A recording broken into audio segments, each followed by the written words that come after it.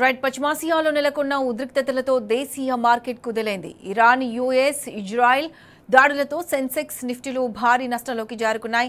మధ్యాహ్నం సెన్సెక్స్ దాదాపు 1800 పాయింట్లు నష్టపోయింది. నిఫ్టీ 550 పాయింట్లు పడిపోయింది. డాలర్తో పోలిస్తే రూపాయి విలువ భారీగా క్షీణించింది. అంతర్జాతీయ మార్కెట్లో చమురు ధరలు భగ్గుమనడంతో దేశీయంగా ఆయిల్ రంగ షేర్లు కుదేలయ్యాయి. ఈ నేపథ్యంలో ముడి చమురు ధరలకు రెక్కలు రానున్నట్లు తెలుస్తుంది. క్రూడ్ ధరలు పెరిగితే దేశీయంగా వాణిజ్య లోటు పెరిగి కరెన్సీ విలువ పడిపోయే ప్రమాదం ఉందంటున్నారు విశ్లేషకులు.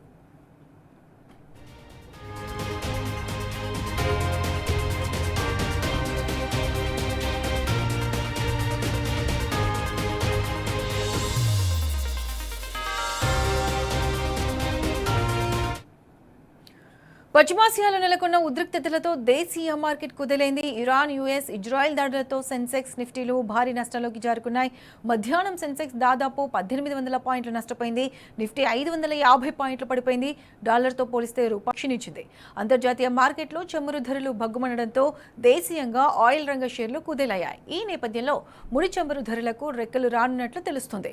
క్రూడాయిల్ ధరలు పెరిగితే దేశీయంగా వాణిజ్య లోటు పెరిగి కరెన్సీ విలువ పడిపోయే ప్రమాదం ఉందంటున్నారు విశ్లేషకులు.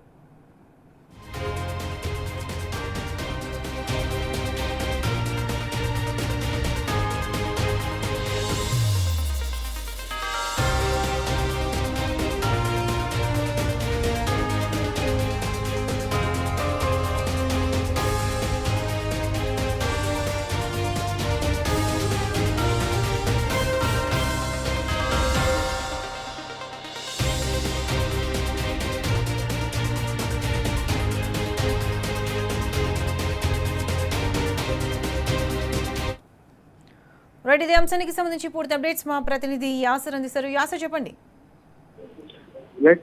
స్టాక్ మార్కెట్ ఇవాళ భారీ నష్టాలు చవిచూస్తున్నాయి. ఏదైతే మధ్య ప్రాచుర్యం నెలకొన్న ఆందోళనకర పరిస్థితులను భారత స్టాక్ మార్కెట్లను ఇవాళ కుదిపేశాయి. పశ్చిమాసియాలో పెరుగుతున్న భౌగోళిక రాజకీయ ఉద్రిక్తతల నడుమ మార్కెట్ ప్రారంభంలోనే స్టాక్స్ పై తీవ్ర ప్రభావం చూపింది. ఇవాళ ఉదయం మార్కెట్ ప్రారంభంలోనే సెన్సెక్స్ దాదాపు 300 పాయింట్ల తోని ప్రారంభమైంది.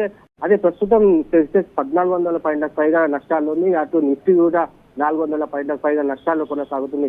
భారీగా ఇవాళ నష్టాలను భారీగా చూసుకున్నట్లయితే ఇవాళ మెయిన్ రీజన్ కనుక చూసుకున్నట్లయితే ఏదైతే అమెరికా, ఇజ్రాయెల్ కలిసి ఇరాన్ పై ఉమ్మడి సైనిక దాడులు నిర్వహించడం, ఆ దేశ సుప్రీం నాయకుడు అలీ ఖమేనీని మరణించి పక్కన రావడంతో అంతర్జాతీయ మార్కెట్ లో తీవ్ర కలకలం రేగింది. దీంతో మార్కెట్లు ప్రధానంగా ఇవాళ డౌన్ కు ప్రధాన కారణంగా చెప్పవచ్చు. ఇక చూసుకున్నట్లయితే ఈ పరిణామాలు ప్రతీకారంగా Iran, United Arab countries, Bahrain, Jordan, Saudi Arabia, Qatar లాంటి గల్ఫ్ ప్రాంతంలో 7 దేశాలు ఉన్న అమెరికా ఆస్తులపై దాడులు చేసింది. ఈ సంఘటనలు గ్లోబల్ మార్కెట్ లో తీవ్ర భయాన్ని పెంచాయి. దీంతో పెట్టుబడిదారులు రిస్క్ నుంచి దూరంగా నడిచాయి. ఈ దాడులతో ఇవాళ ముడి చమురు ధరలు కూడా ఒక్కసారిగా ఎగబాగా అమెరికా డాలర్ బలపడింది. ముఖ్యంగా ఇంధన మార్కెట్ లో ఈ ఉద్రిక్తత భారీ షాక్ ను కలిగించాయని చెప్పొచ్చు. ఏదైతే మనం చూసుకున్నట్లయితే ముఖ్యంగా చెప్పాలంటే ఇజ్రాయెల్ అమెరికా ఎఫెక్ట్ మన మార్కెట్లపై ప్రభావంగా చూపుతున్నాయని చెప్పొచ్చు.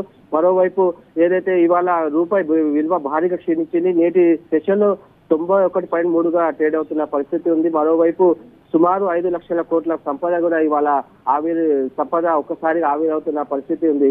ఏదైతే గల్ఫ్ దేశాలపై ఇరాన్ దాడులకు దిగింది. దీంతో యుద్ధం తీవ్రమవుతున్న తరుణంలో ఇన్వెస్టర్లు పెద్ద ఎత్తున షేర్ల విక్రయానికి దిగారు. దీంతో ఇవాళ బాగా స్టాక్ మార్కెట్ భారీ నష్టాలను చవిచూస్తుందని చెప్పవచ్చు ప్రధానంగా.